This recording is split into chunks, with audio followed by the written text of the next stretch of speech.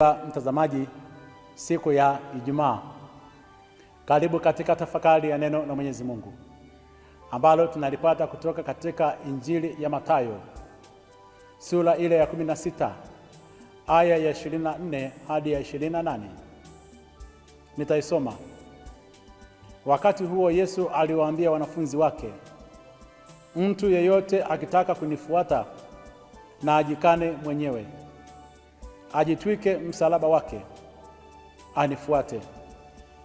Kwa kuwa mtu atakaye kuiokoa nafsi yake ataipoteza, na mtu atakayepoteza nafsi yake kwa ajili yangu ataiona. Kwani kuna faidiwa nini mtu kupata ulimwengu wote na kupata hasara ya nafsi yake? Au mtu atatoa nini badala ya nafsi yake? Kwa sababu Mwana wa Adamu atakuja katika utukufu wa Baba yake pamoja na malaika zake, ndipo atakapomlipa kila mtu kwa kadiri ya matendo yake. Amini nawaambieni, pana watu katika hawa wasimamao hapa ambao hawataonja mauti kabisa, hata watakapomwona Mwana wa Adamu akija katika ufalme wake. Neno la Bwana. Sifa kwako, e Kristo.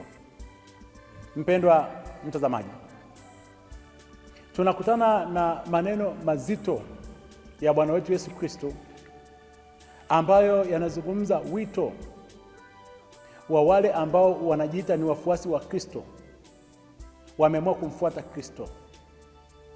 Anatoa masharti magumu katika nafasi hiyo, anapoanza kwa maneno haya, mtu yeyote akitaka kunifuata na ajikane mwenyewe. Tuanze na haya maneno, mtu yeyote akitaka kunifuata. Wito wa kumfuata Kristo, kuweza kuwa mfuasi wa Kristo, ni shauri la kwangu mwenyewe binafsi. Sio shauri ambalo umelipokea kutoka kwa mtu mwingine au nimelipokea kutoka kwa mtu mwingine, au mtu mwingine amekwambia habari za Yesu Kristo yuko hivi ukaamua kumfuata.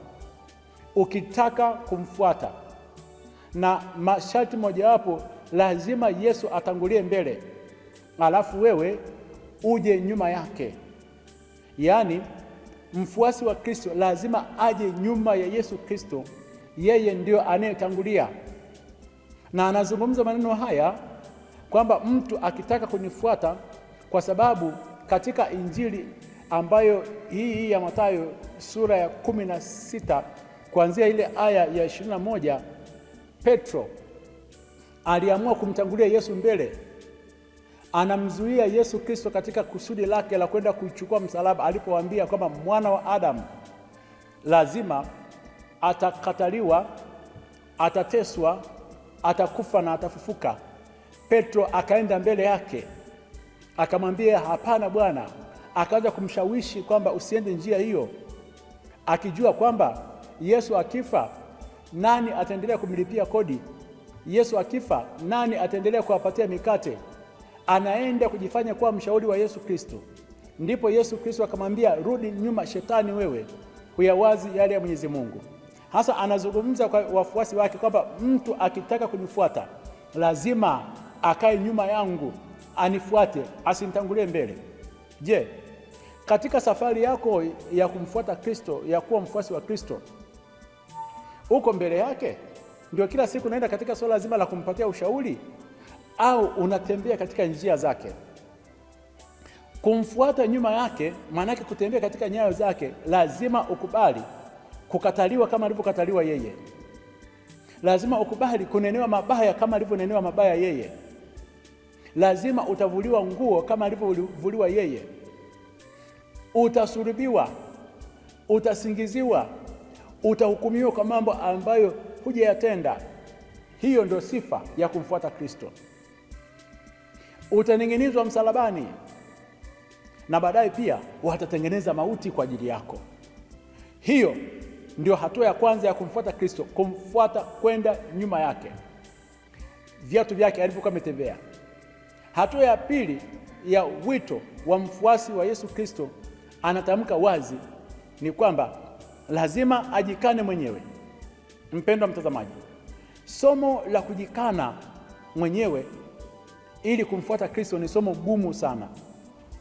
Kujikana mwenyewe, kuikana nafsi yako kwamba nafsi yangu haishi. Kila mmoja anapenda sana kile ambacho nafsi yake inatamani akipate. Unakataa kile ambacho nafsi yako inapenda, kwamba mimi siishi, yaani ninakufuata wewe Kristo. Kujikana ndio darasa la kwanza. Kujikana ndio njia nyembamba ambayo watu wengi hawapendi kuipita njia hiyo. Kujikana maana yake sitatumia tena akili yangu. Kujikana mwenyewe maana yake mambo yangu yote ninayaweka pembeni, fahari zangu zote naziweka pembeni. Muda wangu si wangu tena, muda wangu utakuwa ni wa Kristo. Starehe zangu si tena muda wa starehe, ninamsikiliza Kristo, ninamfuata Kristo kule anakotaka mimi niweze kwenda. Ndiko kujikana. Ukiona katika safari ya kumfuata Kristo bado unatamani mambo yako, utambue wewe si mwanafunzi wa Kristo, umekataa hilo darasa. Namba 3, katika wito wa kumfuata Kristo anasema hivi: lazima ubebe msalaba na kumfuata. Anasema lazima aubebe msalaba wake na kumfuata. Nini maana ya msalaba? Mpendwa mtazamaji, nyakati ambazo Yesu Kristo alikuwa anaishi, msalaba kilikuwa ni chombo cha mauti, kilikuwa ni chombo cha kunyongea watu, ni chombo cha mauti kisichokoma. Kilikuwa ni chombo ambacho hakiangalii dini, hakiangalii mila, hakiangalii hisia zako. Yaani umebebeshwa msalaba, hata kama unasali namna gani, ukibebeshwa msalaba wewe lazima ufe. Ni njia moja tu ya kifo. Yesu Kristo hawakuangalia vile alivyokuwa anakesha kule mlimani, alivyokuwa mcha Mungu, alihukumiwa msalaba, na ukihukumiwa msalaba tu lazima ni njia moja, maana yake ni kifo. Sasa Yesu anapozungumza kwamba huyu mfuasi wake aubebe msalaba, ana maana gani? Alikuwa na maana hizi mbili. Kama Yesu mwenyewe alivyobebeshwa msalaba ambao hazikuwa dhambi zake, hakutenda dhambi, alibebeshwa msalaba ambao dhambi za watu wengine. Kwa mfuasi wa Kristo utabebeshwa maisha ambayo si ya kwako, maisha ya watu wengine utayabeba.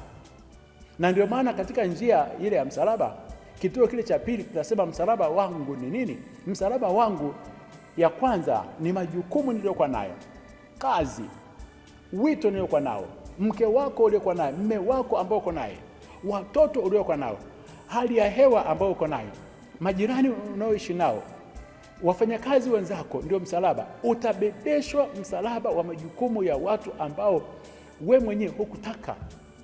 Lazima ubebe hayo majukumu. Kwa hiyo hayo majukumu ndio msalaba wako. Mke wako ndio msalaba wako, watoto wako ndio msalaba wako. Na hata siku moja usije ukathubutu kuweza kukata msalaba. Kwa namna nyingine ya pili, msalaba ni chombo ambacho kinanipelekea mimi kufa.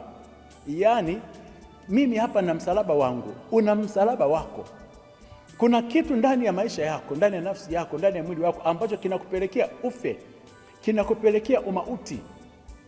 Kuna jambo ambalo kila siku linakutesa, linanitesa, linanipelekea nife kiroho, na nimeficha huo msalaba, sijaubeba. Yesu Kristo anasema kwamba hilo jambo ambalo linalokupelekea ufe kiroho, linalokupelekea umauti, linalokunyonga kimauti, beba begani, usifiche, watu wote waweze kuliona. Na kuna faida moja hapo ya kubeba huo msalaba na kuanza kumfuata Kristo jinsi ulivyo. Usije ukasema kwamba kwa sababu nina jambo hili la aibu, nina ugonjwa wa aibu, nina hali hii ambayo ni chafu kwangu, siwezi kufuata. Mfuate na jambo lako chafu hivyo hivyo, mfuate na ugonjwa wako jinsi ulivyo. Njiani huko watu watakuona ukiwa umebeba ule msalaba. Akina Simoni wa Kirene watakuja kukusaidia kubeba ule msalaba, utakuwa ni mwepesi. Lakini ukisema siwezi kufuata kwa sababu nina matatizo kama haya, utaishia hapo hapo. Ndio maana baadaye Yesu anazungumza, anasema, je, itamfaidia nini? Kuna faida gani ya mtu kuweza kupata ulimwengu wote na akapata hasara ya nafsi yake, kwamba kuna watu wamekataa kumfuata Yesu Kristo ili kuweza kupata ulimwengu, wamekataa kujikana ili dunia waweze kuifaidia.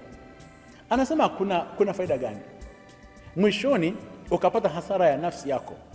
Mpendwa mtazamaji, nafsi ni sehemu ile ya ndani ya mwili wa binadamu, na ndio maana mwanadamu aliumbwa kwa sura na mfano wake, na Mwenyezi Mungu alipokuwa anamuumba alimpulizia pumzi ya uhai, akawa nafsi iliyo hai. Kwa hiyo nafsi ile ya ndani ndio ya kimungu, mwili huu ndio wa duniani hapa. Kwa hiyo nikifika hatua ninakataa ile nafsi ya Mwenyezi Mungu alivyonileta duniani hapa kwa kusudi lake, nikataka mambo ya ulimwengu, mwishoni watu wamekuwa wanateseka sana wanapotoka hapa duniani, kwa sababu amejikuta kwamba alipoishi hapa duniani hakuishi kwa kusudi la Mwenyezi Mungu, na anaviacha vitu vyote vya duniani hapa, yanabakia mateso. Anazungumza neno hili kwamba katika maisha ya mwanadamu mwishoni kabisa Yesu atakuja. Anasema atakuja na malaika zake, mpendwa, atakuja na jeshi la malaika wa mbinguni. Ndipo amesema kwamba atakapokuja anakuja kumlipa kila mtu kadiri ya matendo yako. Hasa kama ulikuwa unatesa wenzako, utakuja kulipwa. Hapo ni matendo. Ulitenda mambo gani duniani hapa? Ulitenda matendo mema, utawekwa upande wa kulia. Ulikuwa unawatesa duniani wenzako, ulikuwa unawabebesha msalaba wenzako, ulijifanya kama dunia hapa ni kwako. Siku ya mwisho ni malipo hapa duniani. Yesu atakapokuja atatulipa. Hivyo basi, wale wanaotenda mema watende mema, na wanaotenda mabaya waendelee, watalipwa. Mpendwa mtazamaji, tutalipwa kulingana na matendo yetu, hatutalipwa kulingana na maneno. Matendo yatatupelekea kuweza kulipwa, na malipo Mwenyezi Mungu anaweza kuyalipa hapa duniani. Na anasema hivi, katika maisha haya kuna watu wengine hawawezi kuonja mauti, hawatapata mauti, hawataenda kuzimu. Mpendwa mtazamaji unayesikiza neno la Mwenyezi Mungu, hebu ichukue hiyo bahati, uwe ni mojawapo ya wale ambao hawataweza kuonja mauti Yesu atakapokuja. Akubariki na kulinda Mungu Mwenyezi, Baba na Mwana na Roho Mtakatifu. Amina.